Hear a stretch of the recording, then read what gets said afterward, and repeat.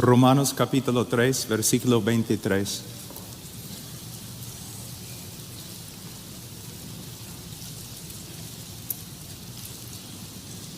Por cuanto todos pecaron y no alcanzan la gloria de Dios, siendo justificados gratuitamente por su gracia por medio de la redención que es en Cristo Jesús, a quien Dios exigió públicamente como propiciación por su sangre a través de la fe, como demostración de su justicia, porque en su tolerancia Dios pasó por alto los pecados cometidos anteriormente, para demostrar en este tiempo su justicia, a fin de que Él sea justo y sea Él que justifica al que tiene fe en Jesús. ¿Dónde está pues la jactancia? Queda excluida. Oremos.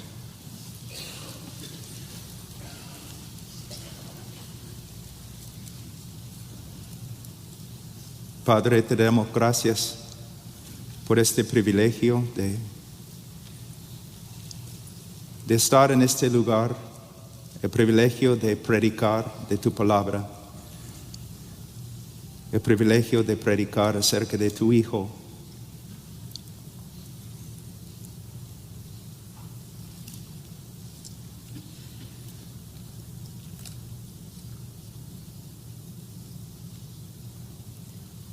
Obra entre nosotros, Señor. Transfórmanos.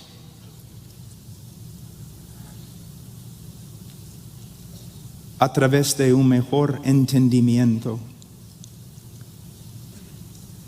de lo que has hecho por nosotros en tu precioso Hijo. Que Él tenga preeminencia en nuestra mente, en nuestro corazón. Que vivamos, Señor, para su gloria, para su honor. Que lleguemos, Señor, a ser capaces de proclamar el Evangelio a toda criatura.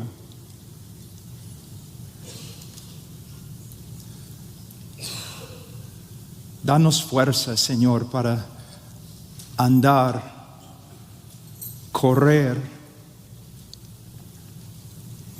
de una manera digna de nuestra vocación.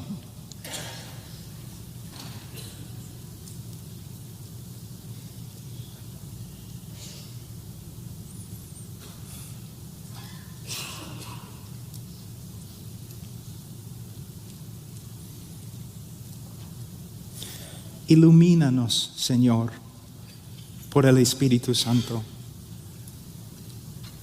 Con conocimiento, sí, pero más que conocimiento. Corazones transformados. Y por consiguiente, el Señor, obras transformadas. Haz, Señor, lo que ningún predicador puede hacer. Somos, Señor, tan débiles, pero tú, fuerte.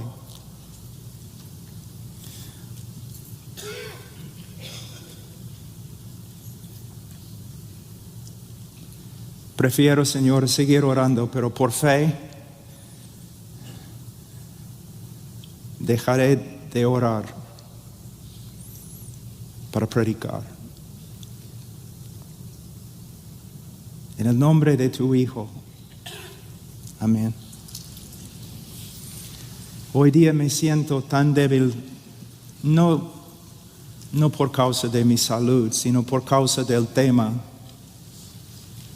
la justificación del pecador y la vindicación de la persona de Dios. A través de la historia, Dios ha demostrado misericordia hacia los hombres, pero su misericordia presenta un problema, el problema más grande en toda la Escritura. De hecho, toda la obra redentora, cada página de la Escritura tiene que ver con este problema. Y si uno estudia bien a los reformadores, aún los patriarcas de la iglesia, van a ver algo entre ellos y entre su proclamación que no se encuentra mucho en el día de hoy. Ellos se preocupaban bastante por un dilema. ¿Cómo podemos reconciliar la justicia, la santidad, la verdad de Dios con su amor, misericordia y gracia? Muchas veces cuando voy a testificar a una persona, la primera cosa que digo es: ¿sabe usted lo que es el problema más grande en toda la Escritura? Y me dicen, ¿qué? Si Dios es bueno, no te puede perdonar. Si Dios es justo, no puede pasar por alto tu pecado. En Romanos capítulo 3, Pablo nos muestra que es el dilema más grande en toda la Escritura. Es el problema filosófico teológico más importante. Pero en el día de hoy los predicadores no hablan mucho de este dilema. ¿Por qué? Porque no estudian los atributos de Dios. Y porque no estudian, no entienden lo que las Escrituras dicen acerca del hombre. Pero un hombre que se dedica a conocer a Dios como se revela en las Escrituras, no solamente una parte, pero todo lo que la Biblia dice acerca de Dios. Y si el mismo hombre se dedica a entender lo que la Escritura dice acerca del hombre, entonces inmediatamente se presenta un problema tremendo. ¿Cómo puede un Dios tan santo, tan justo, pasar por alto, cubrir el pecado del hombre? No hay respuesta excepto en Calvario. Ahí, la primera vez en la historia de la historia, hay una manifestación de la armonía de los atributos de Dios. En la cruz del Calvario, si preguntamos, ¿Dios es justo? ¿Es justo Dios? Sí. ¿Cómo sabemos? Derramó su ira sobre su propio Hijo cuando llevó nuestro pecado.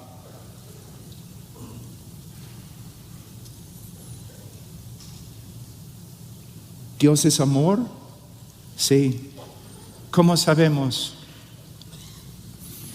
Su Hijo tomó el lugar del pecador y sufrió y murió en su lugar. El gran dilema. Hoy día vamos a hablar del gran dilema. En Romanos 3:23, como estudiamos ayer, la Biblia afirma que todos han pecado y por eso todos se quedan bajo la condenación de un Dios justo. En versículo 24, Pablo cambia el tema. Ahora está hablando acerca de los cristianos y él dice, siendo justificados gratuitamente por su gracia, por medio de la redención que es en Cristo Jesús. Primeramente, ¿qué significa la palabra justificación? Hermanos, en la obra misionera a veces creo que no andamos sabiamente. Muchas veces tratamos temas tan grandes cuando nuestros hermanos, los laicos, los creyentes, ni tienen una definición correcta de las doctrinas más importantes y más simples. Si yo voy a tu iglesia, si yo pregunto al hermano más humilde en tu iglesia, define justificación, ¿puede definir justificación? Estos no son términos para teólogos, son términos para cada persona que ha sido redimida por la sangre de Jesucristo. Y como pastores, como predicadores, nosotros tenemos que esforzarnos, luchar, dar nuestras vidas para explicar claramente lo que cada término significa: redención, rescate, propiciación, justificación, santificación. Tienen que saber. Una vez yo escuché de una conferencia, creo en China, donde iban a enseñar sobre la cristología de John Owen. Está bien, maravilloso. Pero ¿cómo vas a enseñar esto cuando los hermanos ni entienden la doctrina de justificación? Tenemos que no solamente usar palabras, tenemos que definir palabras. Pero para definir palabras tenemos que saber nosotros lo que significan. Y es la lucha del predicador, no aprender a predicar a los otros teólogos, sino predicar al hombre en la congregación. Entonces Pablo dice, siendo justificados. ¿Qué significa la palabra justificación o justificar? Es un término legal o un término forense. El momento que una persona confía salvíficamente en el Señor Jesucristo, Dios lo declara legalmente justo ante Él. Y como el hermano dijo anoche, no más o menos justo. Porque ¿cuántas veces pecaron Adán y Eva antes que fueran echados de Edén? Una vez. Dios lo declara legalmente, perfectamente justo. Y a veces los hermanos dicen, qué linda definición de la justificación. No he terminado. El momento que una persona confía en el Señor Jesucristo, Dios lo declara ante Él legalmente, perfectamente justo. Y Dios lo trata como justo. Y esta es la gran confianza del creyente, que aun cuando Dios el Padre nos disciplina, no nos disciplina con ira, sino con amor. Y su disposición hacia nosotros no ha cambiado, nos ama. Porque nuestra posición ante Él es perfecta, porque se basa en la obra perfecta de nuestro Señor Jesucristo. Justificación. Entonces, Dios nos declara legalmente justo y nos trata como justos. Pero ¿cómo puede hacer eso? Porque en la cruz del Calvario, Dios imputó el pecado de su pueblo a su Hijo y lo declaró culpable y lo trató como culpable, aplastándole bajo su ira. ¿Pueden ver el intercambio?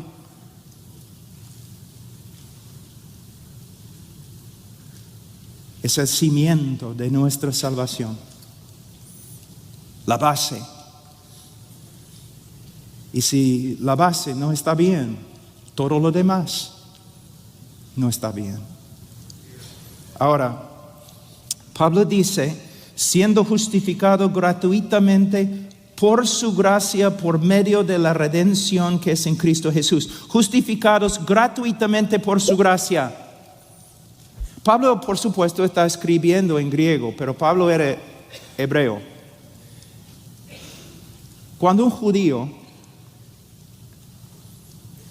quiere enfatizar algo, repite, repite, repite, repite, repite. Amontona un término o una frase, uno sobre la otra, para enfatizar. Pablo está diciendo, básicamente, mira lo que está diciendo, siendo justificados gratuitamente por su gracia. Es casi una repetición. Salvación es un don, es un don, es un don, es un don, es un don. No de obras, no de obras, no de obras. Ahora, la palabra gratuitamente se traduce de una palabra en griego, dorean, que significa sin causa, sin causa, gratuitamente, sin causa. En Juan capítulo 15, versículo 25, la misma palabra se usa, escucha. Pero esto sucedió para cumplir la palabra que está escrita en la ley de ellos, hablando del Mesías, sin causa me aborrecieron. Cristo nunca le dio a nadie causa para aborrecerle, nunca. Ni una razón le dio a nadie para que le aborreciere. De la misma forma, nosotros nunca hemos dado a Dios una causa para justificarnos. Solamente hemos dado a Dios una razón para condenarnos. Entonces podemos ver, la salvación es de Dios. Algo muy importante.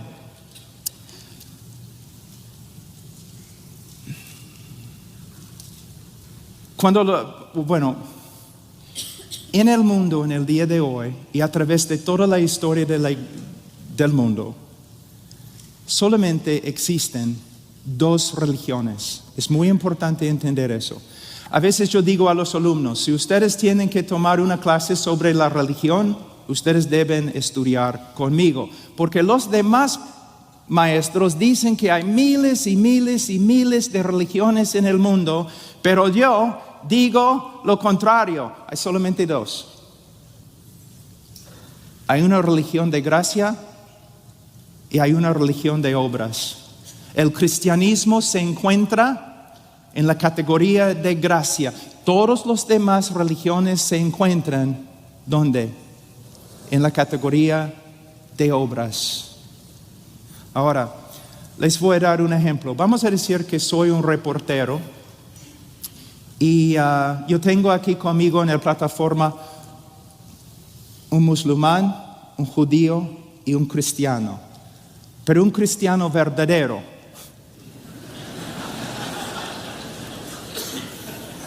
Es un animal muy raro.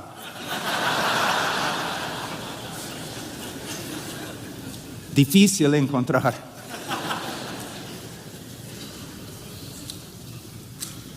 Pero cuando lo encuentras, lo sabes.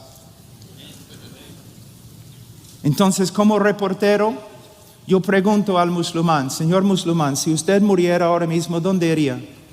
Y él me dice, al paraíso. ¿Por qué? Porque yo amo el Corán.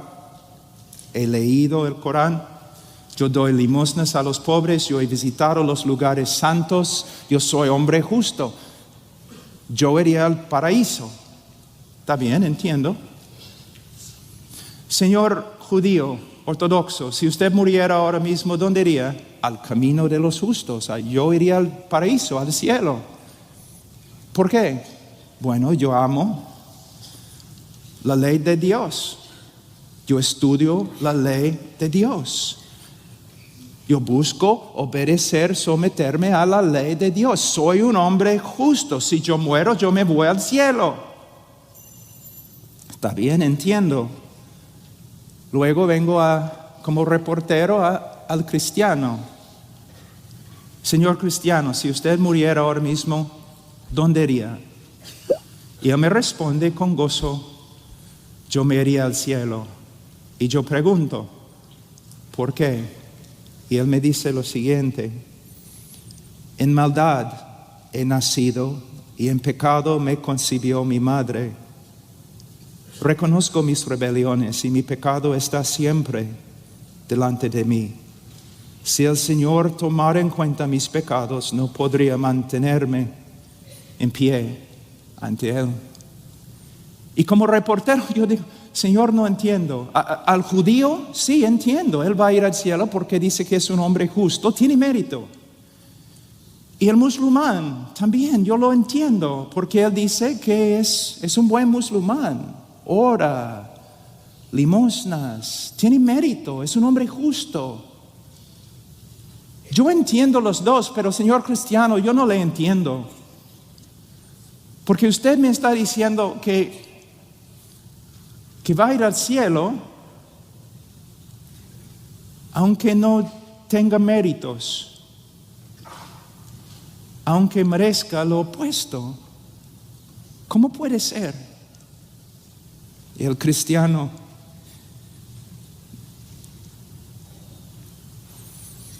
mira al reportero y dice, porque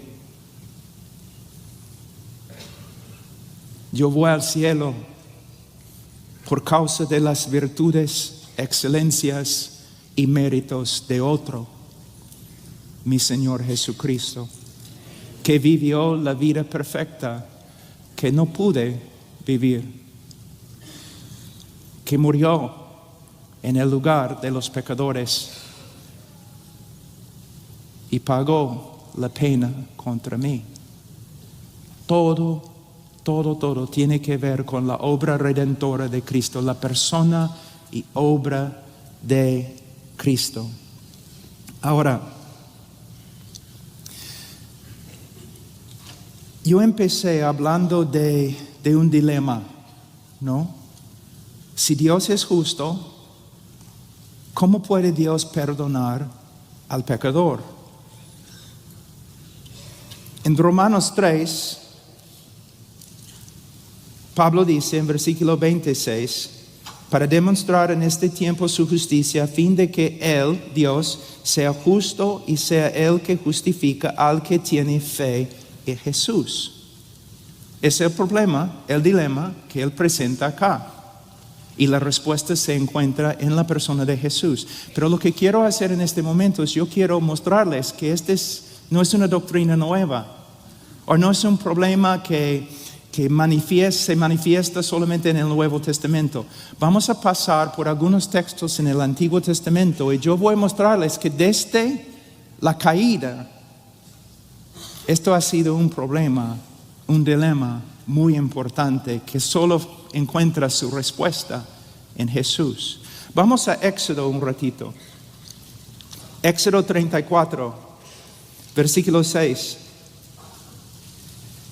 Entonces pasó el Señor por delante de él, por delante de Moisés, y proclamó: el Señor, Dios compasivo, clemente, lento para la ira, abundante en misericordia y fidelidad. El que guarda misericordia a millares, el que perdona la iniquidad, la transgresión y el pecado. Wow. Muchos teólogos, yo soy uno de ellos, cree que esta es una de las revelaciones de Dios más grande en todo el Antiguo Testamento. Igual a Isaías 6, por ejemplo. Dios baja del cielo y Dios proclama quién es. ¿Y qué dice? Primeramente, Él habla de su carácter, que es compasivo, clemente, lento para la ira y abundante en misericordia y fidelidad. Después de hablar de su carácter, de sus atributos, Él habla de las obras que salen de sus atributos. Versículo 7. El que guarda misericordia a millares, el que perdona la iniquidad, la transgresión y el pecado. por causa de quién es, un Dios de amor, de gracia, de misericordia, que desea demostrar misericordia, ¿qué hace? Él perdona iniquidad, transgresión y pecado. Muchas veces cuando un joven comienza a estudiar la Biblia y él ve algo como iniquidad, transgresión y pecado, él trata de discernir los detalles en el significado de cada palabra, qué está tratando de decir, pero no es la manera correcta de entender este texto. Los hebreos lo que hacían es, cuando querían enfatizar algo, ellos amontonaban un término sobre otro para enfatizar una verdad central. Y por medio de decir, perdona la iniquidad, la transgresión y el pecado, lo que Dios está diciendo es que Él perdona todo tipo o género de pecado. Él es un Dios abundante en gracia y misericordia y amor. Y está dispuesto a perdonar todo tipo, todo género de pecado. Es lo que hace. Es un Dios que perdona. Hasta ahora todo está bien. Pero llegamos a la última parte del versículo 7. Que no tendrá por inocente al culpable. Si ustedes están leyendo correctamente, con discernimiento, ustedes inmediatamente deben notar una aparente contradicción. Dios se revela como el Dios que perdona todo tipo o género de pecado sin excepción, y a la vez el Dios que va a condenar y castigar todo tipo y género de pecado sin excepción. Dios perdona todos los pecados y Dios castiga todos los pecados. ¿Cómo puede ser? Parece imposible. Y es imposible hasta que entre el Señor Jesucristo y la cruz del Calvario.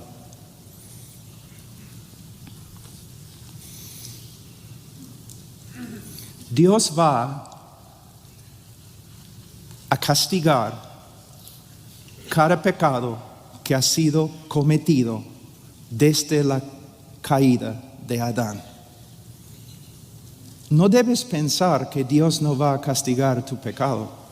Dios va a castigar todo pecado desde Adán.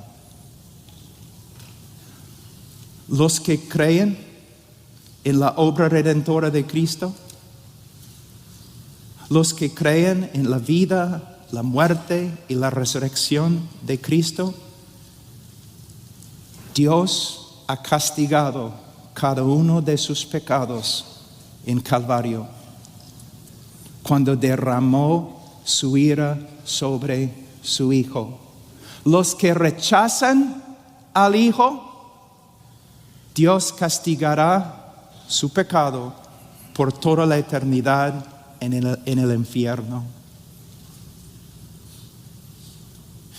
Entonces necesitamos entender algunas cosas muy importantes. Y tiene que ver también con el nuevo pacto, pero es otro sermón, lo que Cristo hizo en la cruz. Pero necesitamos entender algo, que Dios va a castigar tu pecado, pero lo ha hecho en Cristo. Otra verdad que muchas veces los hermanos no se dan cuenta, tan importante que es que la salvación es por obras.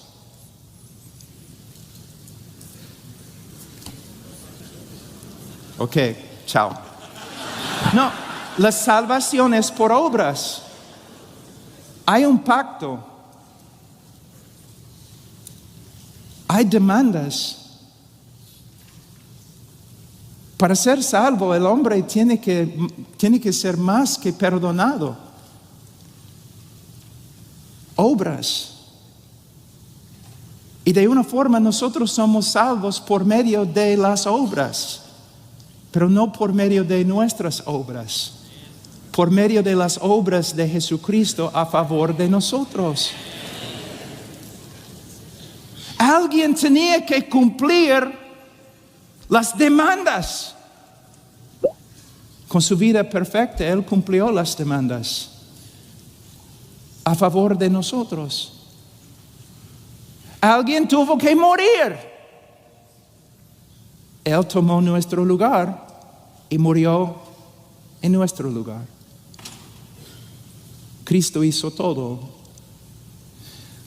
Hay una hermanita en nuestra iglesia que es una cristiana. Tiene fruto y ella camina con el Señor. Ay, ya están riéndose y ustedes deben venir acá y predicar en inglés.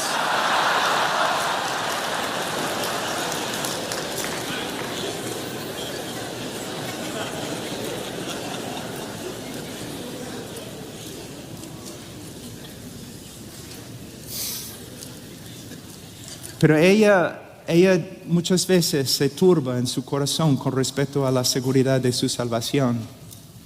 Y siempre cuando me siento con ella, yo le digo, hermanita, estás olvidándote que siempre te digo,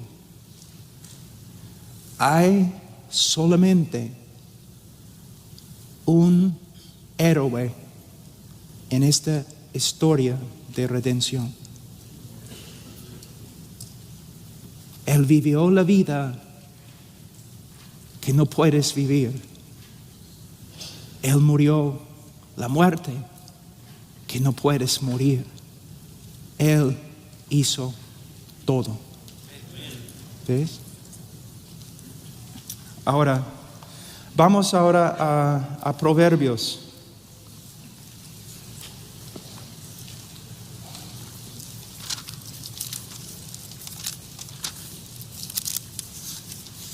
XVII.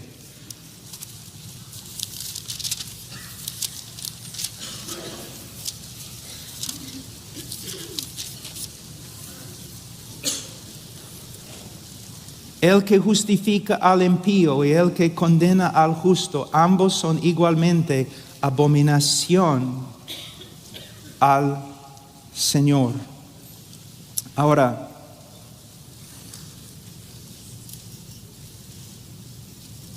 la palabra abominación, hermanos,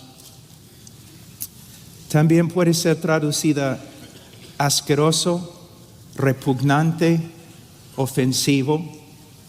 Y aquí el dilema es evidente. ¿Cómo puede Dios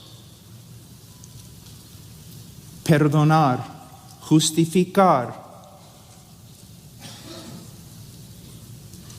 al impío sin llegar a ser abominación? ¿Cómo puede Dios justificar al impío y mantener su justicia? Les voy a dar un ejemplo. Vamos a decir que regreses a tu casa una noche y ahí en tu casa tú ves un asesino y ha matado a toda tu familia. Tiene la sangre de tus hijos en las manos. Lo tiras al suelo, lo atas, llamas a la policía lo lleva a la cárcel y después, como 2 meses después, él tiene que ir a la corte, a tribunal y pararse ante el juez. Y todo el pueblo está reunido en el salón para escuchar el veredicto. Tus amigos, tus familiares, todos están esperando ver justicia. Y el juez dice, soy un juez compasivo, misericordioso, lleno de amor, abundante en gracia. Y mira al criminal, al asesino que mató toda tu familia y dice, te perdono.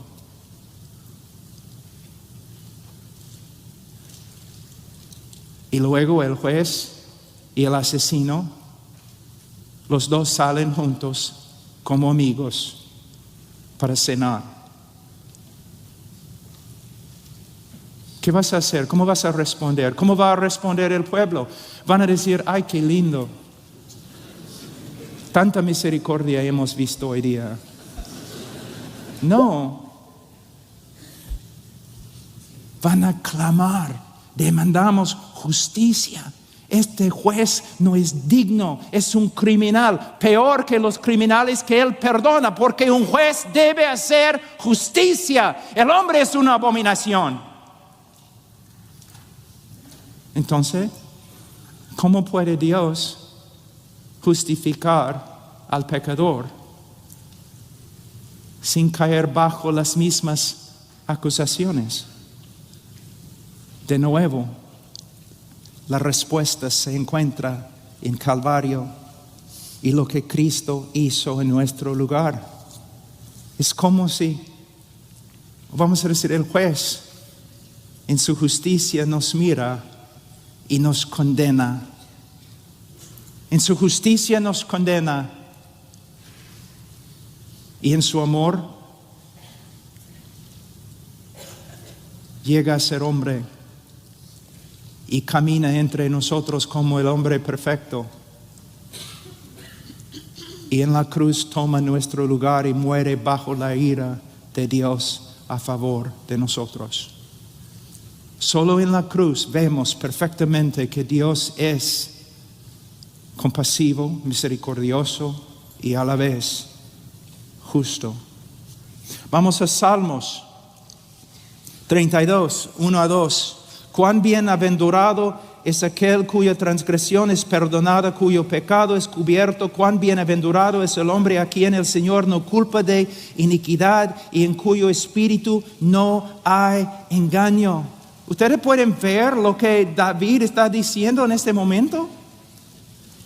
En los Estados Unidos, en inglés, nosotros tenemos una frase que no se traduce bien, pero decimos, cuando un juez es muy, muy corrupto, nosotros decimos que él barra la tierra o esconde la tierra, la contaminación bajo la alfombra. David está diciendo básicamente lo mismo. Dios cubre mi pecado.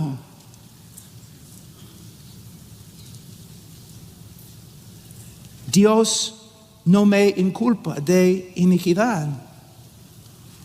Pero un juez debe culpar a los malos.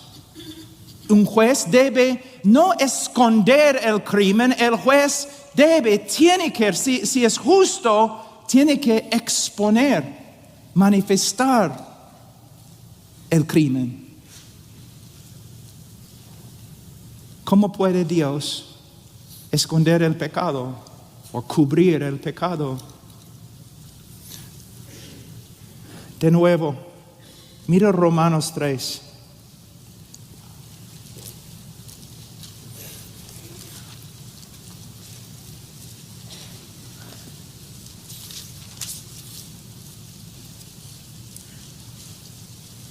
Versículo 25, hablando de Jesucristo, a quien Dios exhibió públicamente.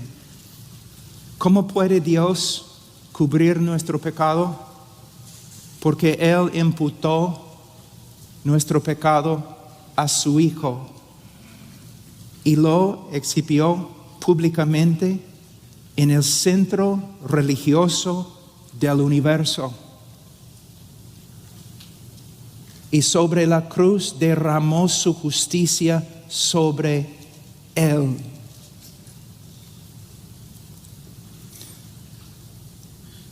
Tengo escrito acá, los que creen en Él ahora se regocijan que sus pecados han sido cubiertos para siempre, pero los que no creen en Él se avergonzarán en el día del juicio, porque sus pecados serán expuestos ante todos y para siempre. Lo que necesitamos ver es que nuestros pecados fueran expuestos y toda la vergüenza con ellos, pero expuestos en Calvario cuando Cristo sufrió en nuestro lugar. Ahora vamos a Miqueas, capítulo 7. Miqueas capítulo 7, versículo 18.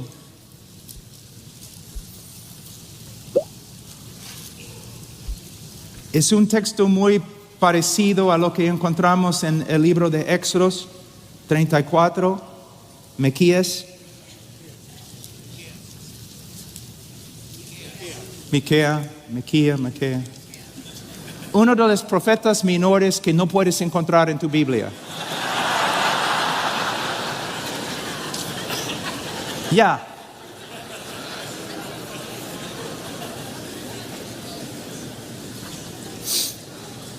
No puedo creer que ustedes se rieron de mí. Arrepiéntense todos. Con ayuno. No quiero ver nadie afuera comiendo durante almuerzo.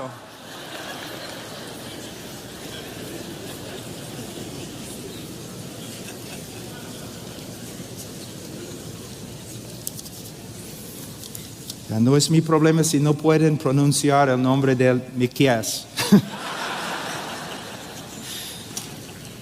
Versículo 18, ¿qué Dios hay como tú que perdona la iniquidad y pasa por alto la rebeldía del remanente de su heredad? No persistirá en su ira para siempre, porque se complace en la misericordia. Volverá a compadecerse de nosotros, hollará nuestras iniquidades, sí, arrojarás a las profundidades del mar todos nuestros pecados. Versículo 19 se encuentra en muchos himnos, cánticos que se cantan por todo el mundo. Y es correcto cantar estas palabras con alegría, pero yo creo que se demanda más que alegría, solemnidad. Y los que solamente pueden cantar estas palabras con alegría no entienden el texto. Cuando uno lee este texto piensa, ay, qué lindo, Dios no ha pisoteado nuestras iniquidades, así, ¡pum! O que Dios, no, Él ha agarrado nuestro pecado como una bola y lo ha tirado al mar. ¡Qué lindo! Vamos a cantar con alegría. Hermano, no entiendes el texto. No entiendes el texto.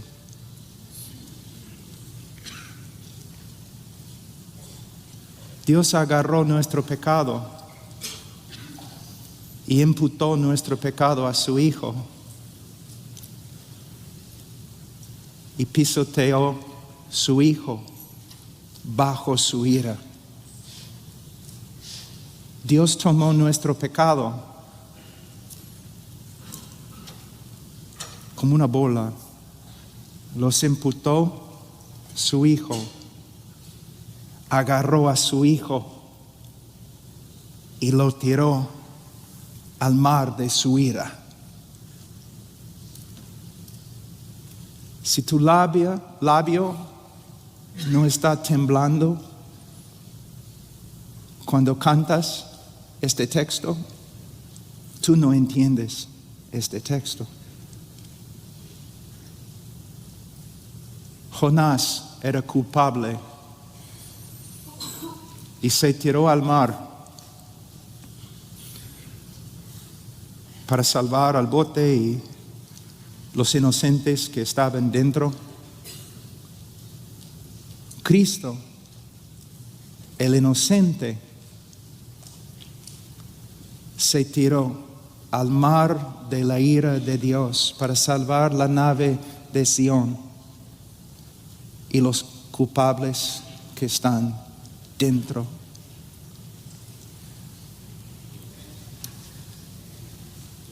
Cuando yo tenía como 27 años, algunos profesores, 24 años, Algunos profesores me preguntaron, Pablo, ¿quieres estudiar tu PhD?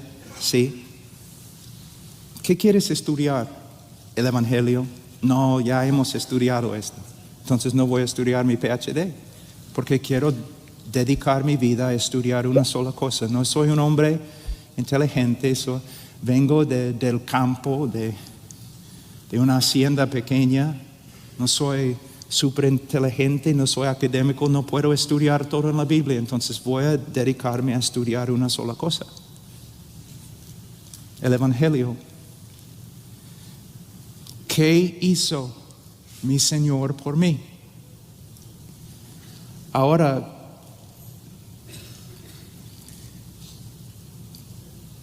décadas han pasado. Muchas veces 3, 4, 5, 7, 8, 16 horas al día. Dios sabe que no estoy mintiendo. Yo no entiendo mucho acerca de la escatología, aunque probablemente debo saber más.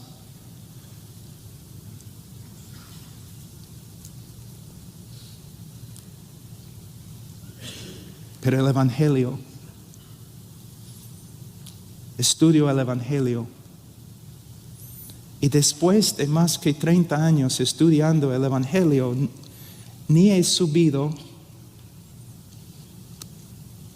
los cerros más pequeños. Algunos pastores piensan, ya entiendo el Evangelio. No entiendes el Evangelio. Mira, vamos a estar en el cielo una eternidad, y después de miles de eternidades todavía no vas a comprender todo lo que se encuentra en la obra de Cristo o la persona de Cristo.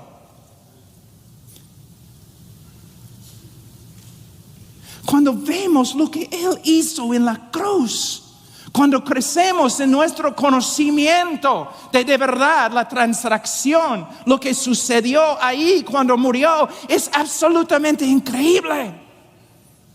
Varios, aún jóvenes, vienen a mí y dicen que falta motivación y no saben dónde sacar la energía y la fuerza para seguir adelante. Es porque no están estudiando lo que deben estudiar.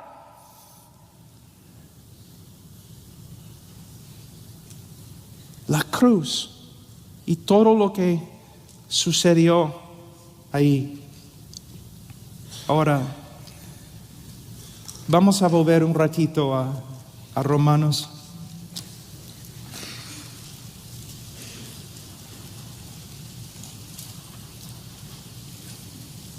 Hay dos palabras que vamos a ver brevemente.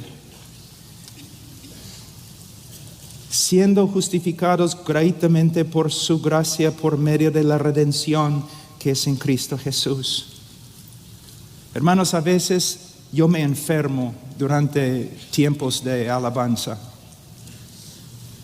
Cuando yo veo a los cristianos tan felices usando la palabra redención o Cristo como rescate, de verdad, con gozo está bien, pero fíjense lo que están diciendo. Él pagó el precio. Él compró nuestra libertad con su sangre. Con su sangre.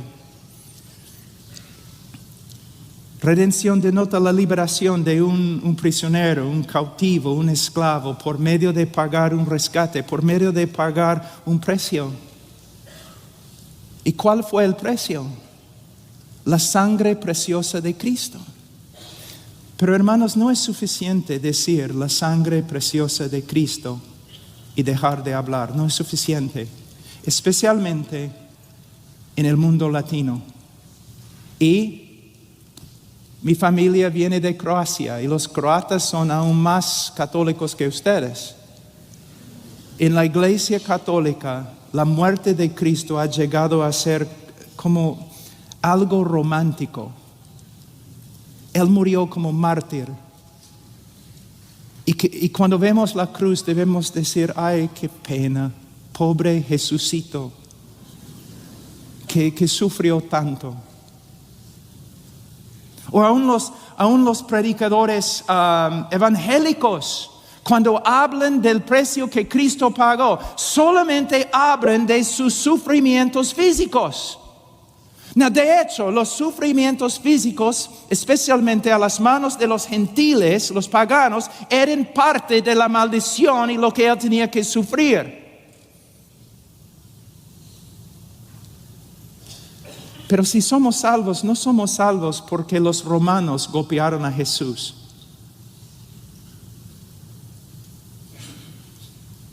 No somos salvos simplemente porque sufrió físicamente.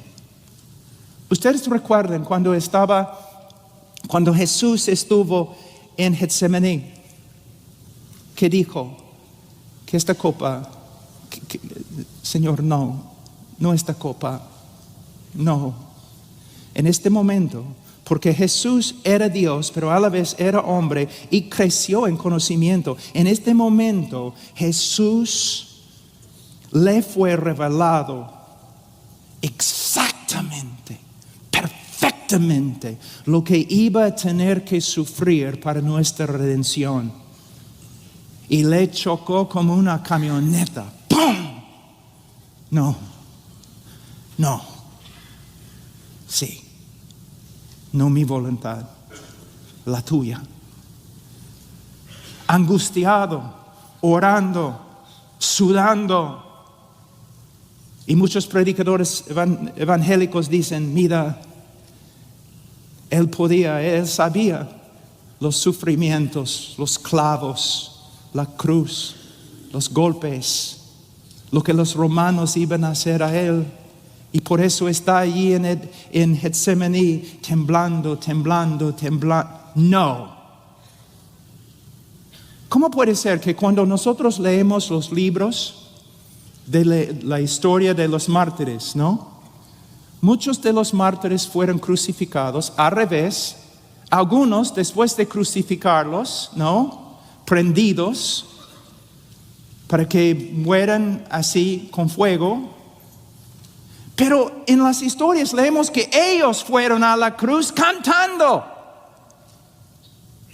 como hombres, con coraje, hasta con gozo. Pero el capitán de su salvación está allí en un huerto, con angustia, diciendo no. Hermanos, es cierto, los sufrimientos físicos de Cristo eran indecibles. Yo no creo que ningún hombre haya sufrido como él sufrió físicamente. La vergüenza, más que lo que puedes imaginarte. Pero la pena de la cruz, la clave es en la cruz. Dios el Padre imputó el pecado del pueblo de Dios a él. Y todo el odio divino, toda la furia justa, todo el aborrecimiento de un Dios santo contra la maldad cayó sobre el Hijo. Hace como 4 años yo pasé varios meses estudiando solamente las 3 horas de oscuridad. Yo no creo que eran 3 horas de un cielo nublado.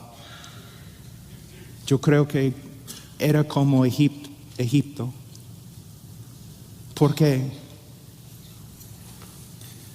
Cristo tenía que ser encarcelado, encerrado en como una cárcel a solas,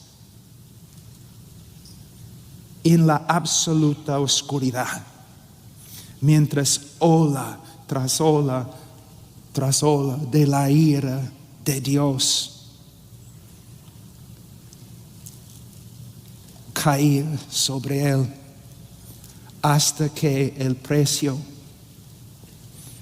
fuera pagado. Y él gritó: consumada es. Dios nos condenó y Dios, ayúdame con la palabra, Dios nos condenó y Dios absorbió la condenación en sí mismo.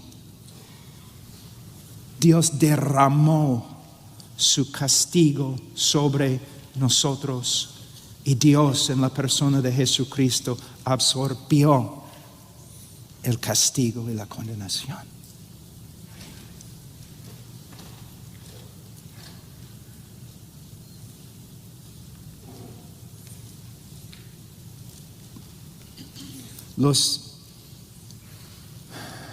De nuevo, quizás van a tener que ayudarme. Los chinos tienen un dicho que un hombre no ha perdido su vida, que pasa cada hora de su vida solamente contemplando la belleza de una flor. Yo les digo, un cristiano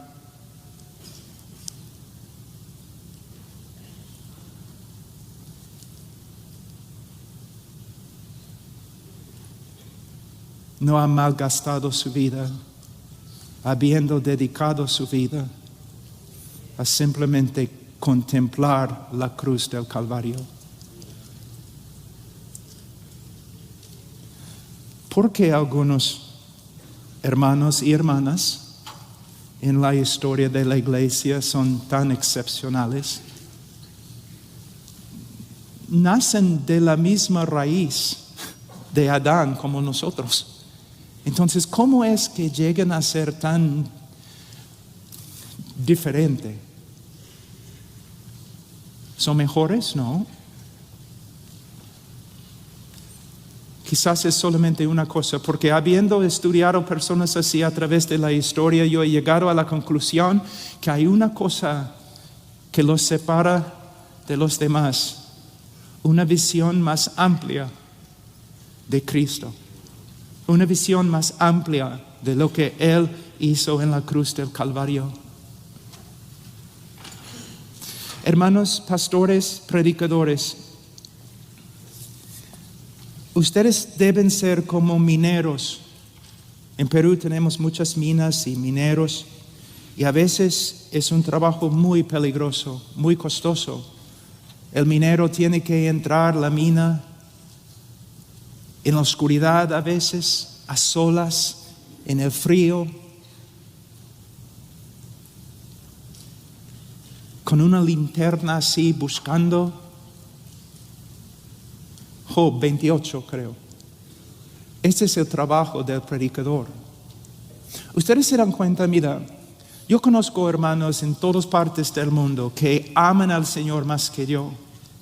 Y son mecánicos y carpinteros y policía, y para sobrevivir y apoyar a su familia, ellos tienen que trabajar 16 horas al día solamente para poner comida en la mesa.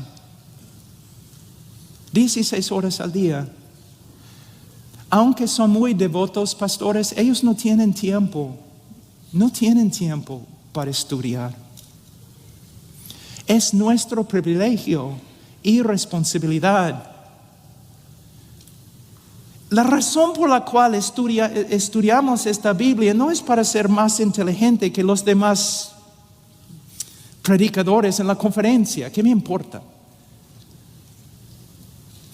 Estudiamos la Biblia como un minero que entra en la mina horas y horas y horas cada día para sacar a la luz joyas de Jesucristo y presentarlas a los hermanos que no pueden entrar en la mina. Es tu trabajo, haz tu trabajo.